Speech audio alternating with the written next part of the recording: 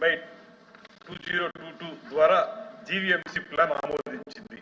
అయితే దీని మీద అప్పుడు ఉన్నటువంటి రఘురామకృష్ణరాజు గారు కానీ, మూర్తి యాదవ్ గారు కానీ, అదేవిధంగా వెలగపూడి రామకృష్ణ గారు కానీ, ఈ ముగ్గురు కోర్టులో దీని మీద రిట్ పిటిషన్ వేయడం వల్ల ఇప్పుడు గవర్నమెంట్ అప్పుడు గౌరప్పన్ గారిని ఒక కమిషన్ గా వేయడం జరిగింది. కమిషన్ వేసిన తర్వాత ఆయన రిపోర్ట్ ఇవ్వకుండానే చనిపోవడం జరిగింది. ఆ తర్వాత జరిగినటువంటి పరిస్థితుల్లో కోర్టు నుంచి స్పష్టమైన తీర్పు కోసం వేచి చూస్తున్నాం.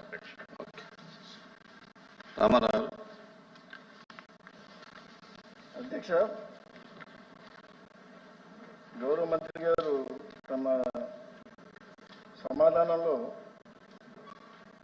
సుమారుగా 409 కోట్ల వరకు జరిగిందని చెప్పారు. ఇది పర్యాటక శాఖ అధీనంలో ఉన్న పాత భవనాలను కూల్చేసి ఒక ల్యాబిష్గా సుమారుగా 400 కోట్ల పైన ఖర్చుతో కొత్తగా ఈ భవనాలు కట్టడం అనేది ఎంత కాంట్రవర్సీ ఉందో ప్రజలు, రాష్ట్ర ప్రజలందరికీ కూడా తెలుసు. పర్టికులర్గా విశాఖపట్నంలో దీనిలో 7 భవనాలు కట్టారు అధ్యక్ష. 7 భవనాల్లో ఏ ఒక్క బ్లాక్ కూడా అసలు ప్రయోజనం ఏంటో కూడా తెలియని పరిస్థితి.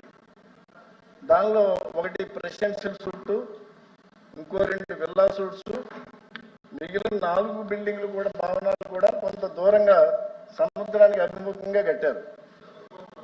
దీనిలో ఈ భవనాలన్నీ కూడా చూసినట్టయితే వ్యక్తిగత వినియోగానికి కట్టుకున్న భవనాలాగే కనిపిస్తుంది. రామారావు మీరు అడిగిన ప్రశ్న ఏంటి? మీరు ఏమడిగారు? అందులో దానికి కూడా వస్తాను అధ్యక్ష. మీరు అడిగిన ప్రశ్నకి అనుబంధం ప్రశ్న అడగండి. మీరు డిబేట్ అడగండి. మీరు సబ్జెక్ట్ డిబేట్ అవ్వకండి ప్లీజ్. సబ్జెక్ట్ డిబేట్ అవ్వకండి. మీరు అడిగిన దాని మీద మంత్రి గారు చెప్పారు, మీరు అనుమతులు ఉన్నాయన్నారు, దానికి సంబంధం లేవంటే చెప్పండి, అంతే తప్ప. అనుమతులు ఇచ్చిన చోట కూడా ఏ ఒక్క భవనం కూడా అనుమతుల ప్రకారం నిర్మాణం జరగలేదు. అది అడగండి. ఏ ఒక్క భవనం కూడా అనుమతుల ప్రకారం నిర్మాణం జరగలేదు. నేను గౌరవ మంత్రి గారిని అడుగుతున్నాను, అసలు ఈ భవనాలు దేనికి కట్టారు, దేనికి వినియోగిస్తారని చెప్పి నేను గౌరవ మంత్రి గారిని అడుగుతున్నాను. అడగండి. తర్వాత భవన నిర్మాణాలు కూడా ఏ ఒక్కటి కూడా అనుమతుల ప్రకారం జరగలేదు. ఇంకొక అనధికారికంగా ఉన్న విషయం ఏంటంటే, ఇందులో చెప్పనివ్వండి పూర్తిగా, ఇందులో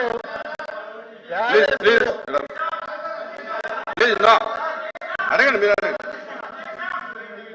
ప్యాలెస్ లో ఇటాలియన్ మార్బుల్ గోడలు, international brands bathroom fittings, massage store room.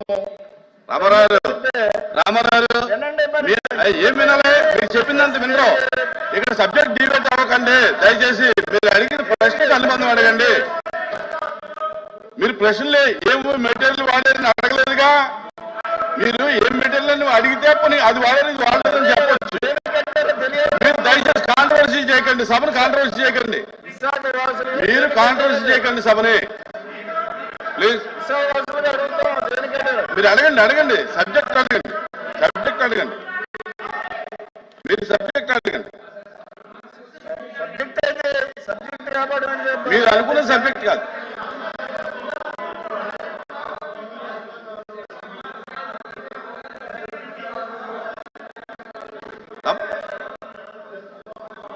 అధ్యక్ష, మీరు అడిగిన ప్రశ్న చూసి దానికి సప్లిమెంట్ అడగండి.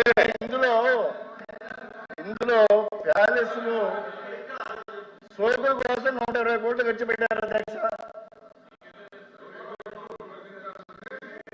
సోకుల కోసం 120 కోట్లు ఖర్చు పెట్టారు. దేనికోసం ఇక్కడ చెప్పారు కదా, దేనికోసం ఇటాలియన్ మార్బుల్ గోడలు దేనికి కట్టారు. సభ్యుడు మాట్లాడేటప్పుడు అనవసరంగా డిస్టర్బ్ చేయడం కరెక్ట్ కాదు అధ్యక్ష. సభ్యుడు మాట్లాడేటప్పుడు అనవసరంగా డిస్టర్బ్ చేయడం కరెక్ట్ కాదు. ప్లీజ్ ప్లీజ్ ప్లీజ్ సెలవు ప్లీజ్ మాధవ్ గారు కూర్చోండి కూర్చోండి నాయుడు గారు కూర్చోండి సంజయ్ గారు కూర్చోండి రామారావు గారు అడగండి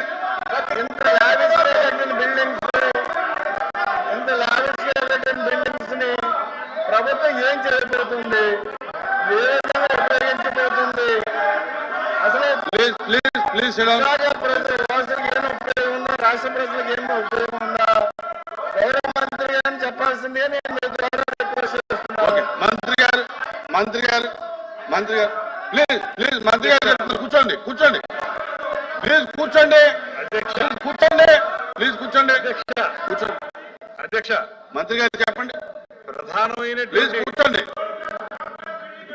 ప్రధానమైనటువంటి సమస్య ఉత్పన్నమైన దానికి కారణం వారు అడిగిన ప్రకారంగా ఏదైతే దేనికోసం అయితే కేటాయించబడిందో దానికి భిన్నంగా అక్కడ ఉన్నటువంటి కొండలు మరియు నీటి వనరుల విషయంలో స్థానిక ప్రజల అనుమతి లేకుండానే భూ వినియోగ మార్పిడి జరిగిందనేది ప్రధానమైన సమస్య. అదేవిధంగా ఋషికొండకి అపారమైన నష్టం కలిగించారండి. ఇక్కడ అధ్యక్ష విశాఖపట్నం ఋషికొండ బీచ్ అనేది అది పూర్తిగా మనకి బ్లూ ఫ్లాగ్ బీచ్ అధ్యక్ష. మొత్తం రాష్ట్రంలో ఉన్నటువంటి అన్ని బీచ్ల్లోనూ బ్లూ ఫ్లాగ్ బీచ్ ఏదైనా ఉందంటే అది ఋషికొండ బీచ్ అధ్యక్ష. ఆ బీచ్ లో ఏ ఉద్దేశంతో అయితే దీన్ని ప్రారంభించారో ఏం చెప్పారంటే అంతకుముందు అక్కడ 58 గదులతోటి ఒక అద్భుతమైనటువంటి రిసార్ట్ ఉండేది, హరిత రిసార్ట్ మనకి ఆంధ్రప్రదేశ్ లో ఉన్నటువంటి అన్ని రిసార్ట్స్ కంటే కూడా బెటర్ ఇన్కమ్ ఇచ్చినటువంటి రిసార్ట్స్. ఒక సంవత్సరంలో 7 కోట్ల నుంచి 16 కోట్ల వరకు ఆదాయం ఇచ్చినటువంటి రిసార్ట్స్ అవి డిమాలిష్ చేశారు. అన్ని అద్భుతంగా ఉండగానే అవి డిమాలిష్ చేసేటప్పుడు వారు చెప్పిన మాట ఏంటంటే ఇంతకంటే అద్భుతమైన రిసార్ట్స్ కడతాం, ఇంతకంటే ఎక్కువ మందికి ఉపయోగంలోకి తీసుకొస్తామని చెప్పి అక్కడ వారు కట్టింది ఈ ప్యాలెస్. అందులో ఉంది చదువుకోండి ఇవాళ అక్కడ గజెట్ లో చదువుకోండి. వాళ్ళు చేసింది వాళ్ళు గదులు కడతామని చెప్పి చేసిన పని ఏంటి తెలుసా అధ్యక్ష? విజయనగరం బ్లాక్ అని కట్టారు. అందులో 3 బ్లాకులు అప్పటి ముఖ్యమంత్రి గారికి అప్పుడు వారి కుటుంబ సభ్యులకి ఏర్పడేలాగా. కళింగ బ్లాక్ అని కట్టారు, అందులో అఫీషియల్స్ కి. అదేవిధంగా గల్బతి బ్లాక్ అని కట్టారు, దాని తర్వాత వేంగి బ్లాక్ అని కట్టారు. ఇవన్నీ కూడా 7 బ్లాకులు కట్టి 7 బ్లాకుల్లో మొత్తం అన్ని కలిపి మనకు రూములను వేడే మేము ప్రత్యక్షంగా చూసాం. డిప్యూటీ చీఫ్ మినిస్టర్ గారు చూశారు, ముఖ్యమంత్రి గారు చూశారు, మేము వెళ్ళి చూసాం. వీళ్ళు చెప్పిన మాట వాళ్ళు ఆ రోజున అప్లికేషన్ పెట్టినప్పుడు విని సాధారణంగా వినండి. ఇప్పుడు అప్లికేషన్ పెట్టినప్పుడు వాళ్ళు చెప్పిన మాట దీన్ని బెటర్ రిసార్ట్ గా చేస్తామని చెప్పి చివరిలో ఒక జీవో ఇచ్చారు అధ్యక్ష. ఆ జీవో ఇచ్చినప్పుడు దీన్ని ముఖ్యమంత్రి గారి యొక్క నివాసం కోసం జీవో నెంబర్ కూడా చెప్తాను, తీసుకుందాం. జీవో నెంబర్ లో చెప్పింది ముఖ్యమంత్రి గారికి నివాసం కోసం క్యాంప్ ఆఫీస్ కోసం కట్టుకుంటామని చెప్పారు. అదే విధంగా మంత్రులు ఎవరైనా అక్కడికి వచ్చినప్పుడు ఉండడానికి కడతామని చెప్పారు. వచ్చిన ఒరిజినల్ అప్లికేషన్ లో ఏం చెప్పారు? మేము మంచి రిసార్ట్స్ కడతాం, ఇంతకంటే అద్భుతంగా చేస్తామని చెప్పి ఈ రకంగా చేశారు. ఇందులో మొత్తం అన్ని కలిపి వాళ్ళు ఖర్చు పెట్టింది 481 కోట్ల రూపాయలు ఖర్చు పెట్టి దీంట్లో బాత్ టబ్ ఉంది అధ్యక్ష 12 లక్షల రూపాయలు. అవి మొత్తం మీరు తీసుకుంటే లోపలికి వెళితే ఇంద్రభవనం అధ్యక్ష, ఇంద్రభవనం. మీరు నిజంగా జెన్యూన్ గా చెప్పిన ప్రకారం చేసుంటే ఎందుకు మీరు అందరినీ రానివ్వలేదు? మీకు ఆ రోజు ఒక సామెత ఉంది అధ్యక్ష, ఒక సామెత చెప్తాను. ఇది ఎంత వైలేషన్ అంటే స్పష్టంగా వైలేషన్ అధ్యక్ష. మీరు జీవో నంబర్లు ఇస్తారు, మీకు వాళ్ళు పెట్టిన అప్లికేషన్ మీ టేబుల్ మీద పెడతాను. ఆ అప్లికేషన్ కానీ జీవో నెంబర్ కానీ చూడండి, ఎక్కడా కూడా పొంతం లేదు. ఆ రోజు చిన్న అయిపోతే ఆ రోజు మనకి ఏదంటే ఓం మహానగరం తగలబోతుంటే ఫిడేలు వాయించినటువంటి నియోజకవర్గంలాగా వ్యవస్థ సర్వనాశనం అయిపోతుంటే ఇంత డబ్బు ఖర్చు పెట్టి తన సొంత భవనం కోసం ఆయన ఆఫీస్ రూమ్ ఒక టెన్నిస్ కోర్ట్ అంత ఉంటుంది అధ్యక్ష. ఆయన ఆఫీస్ రూమ్ ఒక టెన్నిస్ కోర్ట్ అంత ఉంటుంది. ఇవన్నీ ఖర్చు పెట్టి ఎవరి డబ్బులు ప్రజా డబ్బుల్ని ఇలా మోసం ఇంకా సిగ్గు లేకుండా ఏ రకంగా మాట్లాడతారు ఏ రకంగా అడుగుతారు వీళ్ళు ఏ రకంగా ప్రశ్నిస్తారు ఇంత అన్యాయం చేసి ఇవాళ జీవోలన్నీ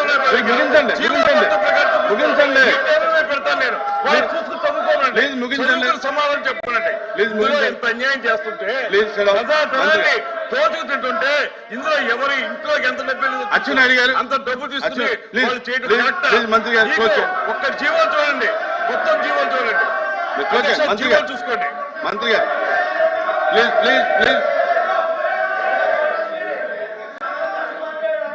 బాధపడతారు సార్ తెలుస్తారు నిజాలు అధ్యక్ష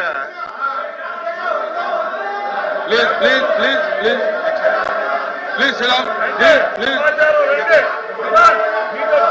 మంత్రి గారు